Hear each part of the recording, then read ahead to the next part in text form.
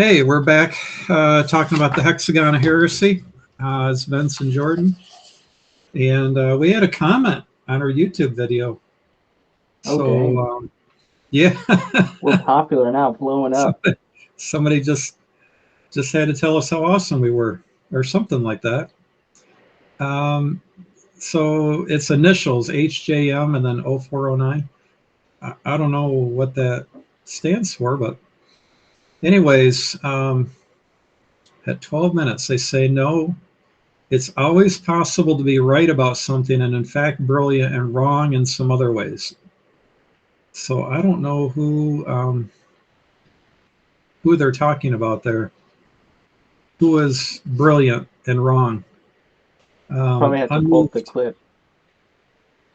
Yeah. So he says unmoved mover does mean that God both is the mover, cause, and unmoved by anything else. Yeah, the unmoved mover, so he's moving and he's himself unmoved is how the phrase goes. And yeah, so it's in what way is he unmoved? So, and yeah, we'll come back to this, but in the Thomism, the way Aquinas does it is he says, we talked about this before, that God's the first order efficient cause. Mm-hmm.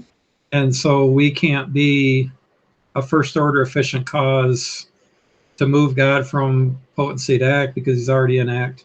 Yep. So, but Augustine does it in a different way. So we'll come back to that. Persons relate, essences do not. It's a bit painful to hear you pick apart an argument you don't understand. Well, I agree. I don't understand the argument. In no way is this book undermining the Trinity. I don't think I said it did. God spoke. I think I was questioning. I think whenever we were talking about, we were talking about the persons or whatever in the focus on Christology as opposed to the rest of it. I had a question about it. I think maybe they misunderstood, or maybe I was wondering, asking you if it was suppressing the Trinity.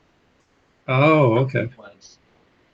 All right, so 20 minutes, it says that that's a fallacy. If it has parts, it doesn't need to be put together.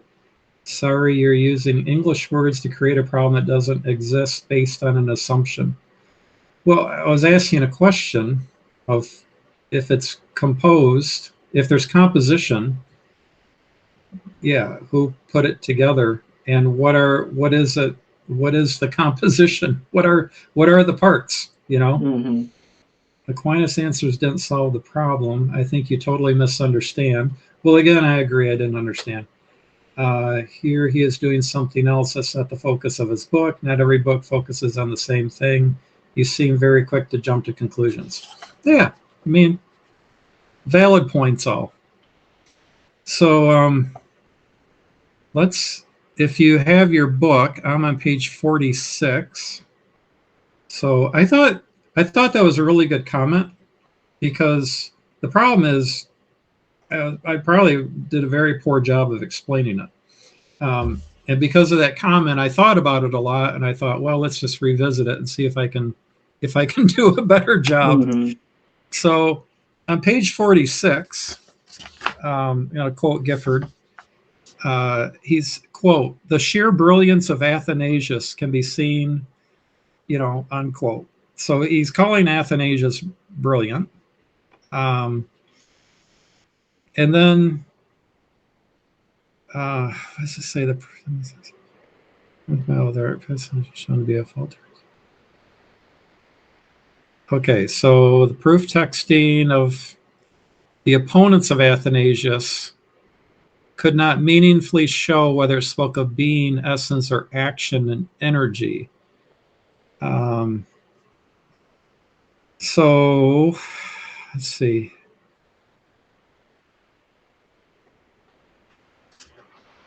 Okay, well, I mean, let's just read the Athanasian Creed. Oh, so, okay, so quote, the likeness and unity of the Father and Word cannot consist in just harmony and concord of mind and will, but must be in respect of essence, unquote. Well, that's what we're saying. It's one essence. So the Athanasian Creed, here in the beginning, the Catholic faith, universal faith, Catholic Church, that is that we worship one God in Trinity and Trinity in unity, neither confounding the persons nor dividing the essence. That's what we're talking about. That's divine simplicity. The essence is not divisible. For there is one person of the Father, another of the Son, another of the Holy Ghost, but the Godhead of the Father, of the Son, and of the Holy Ghost is all one. The glory equal, the majesty co-eternal. So, yes, we're not confounding the persons or dividing the essence, so there's no composition in the essence. That's what we're trying to get. So so when I think of definitional divine simplicity, that's what I think the definition is. That we worship one God, neither confounding the persons nor dividing the essence. That's definitional divine simplicity. Augustine and Aquinas went in different directions. So let's talk about Aquinas first. It's a little more complicated. Augustine's easy. And again, what he's saying is definitional divine simplicity is, I read that thing that he said about Augustine. Boy, I should have been more prepared. Though Augustine was challenged throughout his career on multiple issues, he was able to either overcome the challenges or obfuscate the issues enough so that his ideas triumphed in time. I said that was brilliant. So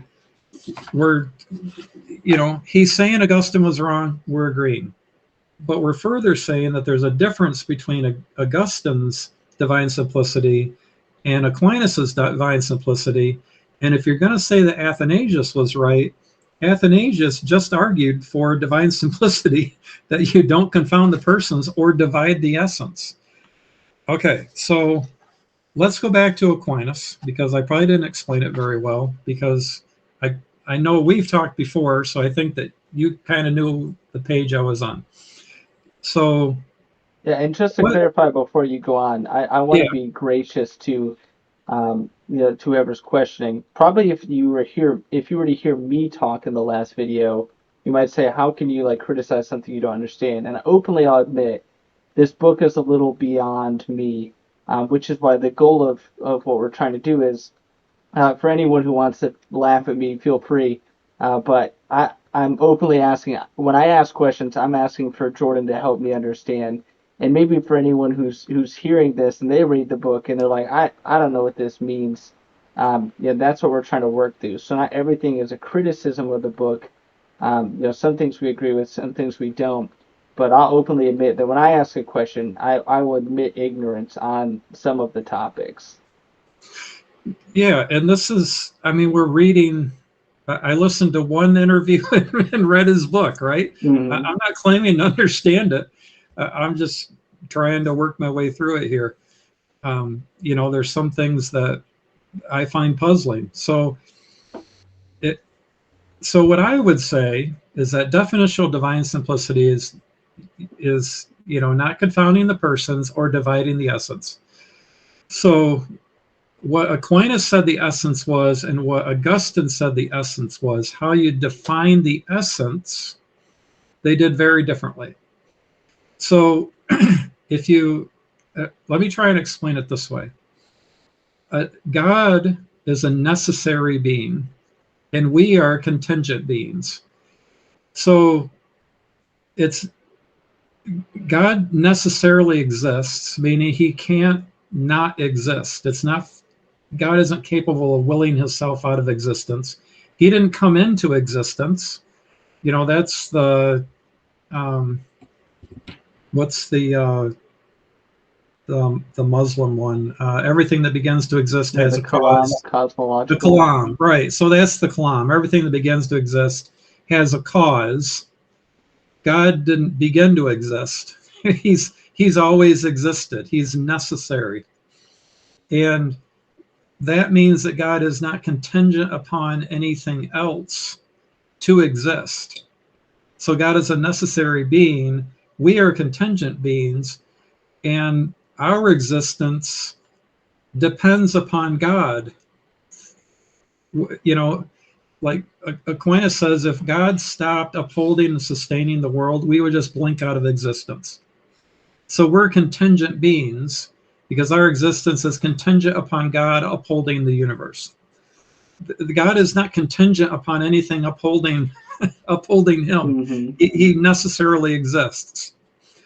So that's where Aquinas is aiming for when he talks about how there's no composition in the essence of God. So what he means by there's no composition is that you cannot divide essence. Gosh, I just lost my train of thought. Essence from existence. I'm sorry. You can't. God is not composed of both essence and existence. You cannot divide the two. So the examples that he gives, and I made up different ones, but they're very similar to this. A Tyrannosaurus Rex used to have existence. It still has an essence because we know what a Tyrannosaurus Rex is, right? You can go to a museum and see the skeleton, or, watch the Saturday morning cartoons with the little arms, We know what that is. A horse, right now you can go take a drive in the country and you can see a horse run across the meadow, right? A horse has both an essence and an existence. A Pegasus, again, who we've all heard of, is a mythological creature. It's never had existence, but it has an essence. So we have something that had existence and lost it, some things that have both an essence and an existence, and things that have an essence and never had an existence. That's the composition that Aquinas is saying that there aren't parts of in God. God's essence is his existence, because existence in God, he doesn't go extinct. And, and he has both an essence and existence. So in creatures, you can divide essence from existence, but in God, you cannot, because we are contingent. God is not contingent. He's a necessary being. So that's divine. That's Thomistic divine simplicity. That's what Aquinas means. So what I think the book is arguing against is Augustinian divine simplicity. So I brought the big guns. I have the Evangelical Dictionary of Theology, 2nd edition. And this is on page 1250. So I can make it almost look like I read through the whole book. So this is called voluntarism. It's in the V's, stemming from the Latin word voluntas, meaning will. Voluntarism is a general name for a variety of philosophical positions united in their emphasis on will. So, and then it talks about theological voluntarism with respect to ethics is generally called the divine will or divine command theory. This view was held by Occam. It was held by Luther. It was criticized as early as Plato's Euthyphro. Theological voluntists argue that God's mere assertion of a command to do or refrain from doing an action or type of action renders these either right or wrong. Okay, and that's not just Occam, because that's what Calvin says in Institutes. So voluntarism is a twofold. There's two parts to it. The one part says God is to be conceived of as a will. So the essence of God is a will. So for Aquinas, God's essence is existence. For Augustine, God's essence is a will. So you can think of God having a will of permission. You can say as an ordaining will, he has a secret will, he has a decreeing will, he has a revealed will. There's all of these different wills, okay? So we have three different, we would have what I would call the definitional divine simplicity, which comes from Athanasius. You don't confound the persons or divide the essence. Thomism says God essence is his existence, and you don't divide essence and existence. They're identical because God is a necessary being. He's not a contingent being, so you can't divide God's essence and existence. Augustine is that God is a form of will. That's what his essence is. So let me find I like how Calvin puts it. Boy, I didn't make sure I had it underlined. But okay, here it is. This is Eternal Predestination of God. It's the JKS Reed translation, because there's more than one. So, quote, thus is refuted the ignorance or wickedness of those who deny that the nature of God is single and simple. And then he goes on, for his will is single and simple. And then he talks about, must we then impute the guilt of sin to God or invent a double will for him so that he falls out with himself? So there's a Calvin describing Augustine's divine simplicity, that God is to be conceived of as a will. He doesn't have more than one will, because he can't have a double will so that he wills two opposite things and he falls out with himself. His will is single and simple. So when you think about the Westminster Confession of Faith, God from eternity past did foreordain whatsoever comes to pass. That's the determinism of all things. Everything is determined by God. Everything happens as God wills. I think I sent you that quote. Mm-hmm. Where Calvin says it's absurd to say that anything could happen contrary to the will of God, and that Augustine proves that everything happens as God wills it. So, here, it would be utterly absurd to hold that anything could be done contrary to the will of God.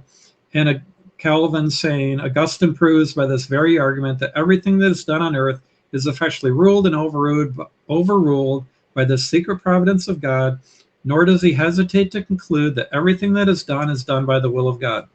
So God is a will. Everything happens according to God's will. From the foundation of the earth, God willed everything that will take place for all of our time that we're on earth, right? Till the end of the millennium, or whatever you want to say, till the end of the book of Revelation. God has willed and ordained, or just willed, everything that will take place. It's all determined by God. So that's Augustinian divine simplicity. So we have three different, we have the compact thing that just says, look, you can't confound the person or divide the essence. And you can just stop right there if you want.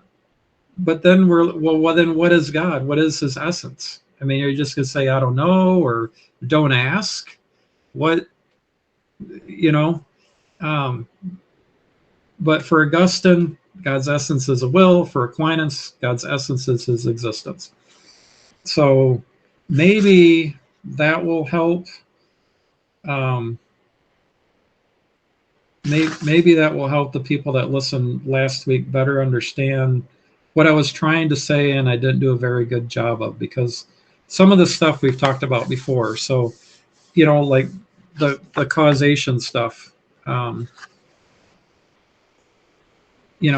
on page 11, quoting Gifford, he says, theological determinists from the 14th century onward, and actually I just quoted Calvin saying that it comes from Augustine, all right? Mm-hmm. Sorry, quoting again, give with one hand that creation is an integrity in being not God through secondary causation, but take it back with the other hand, insisting that God ordains and renders certain all that occurs in creation through a single decree that is identical with God himself. Right, that's Augustine. We're agreeing with him that's Augustinian divine simplicity. We're just saying that Aquinas had a different divine simplicity, and Athanasius' divine simplicity, which the author seems to agree with, I am also agreeing with. Yep. So I was trying to point out the differences so that I could say, yes, I agree with the simplistic divine, that short, not confining the persons, dividing the essence. I agree with that. But then he was saying there's composition, so I felt like that was being contradicted. So I don't know. Anyways, do you have questions? No, that makes sense. But we've run through this a few times. Yeah, so I understood that. Yeah.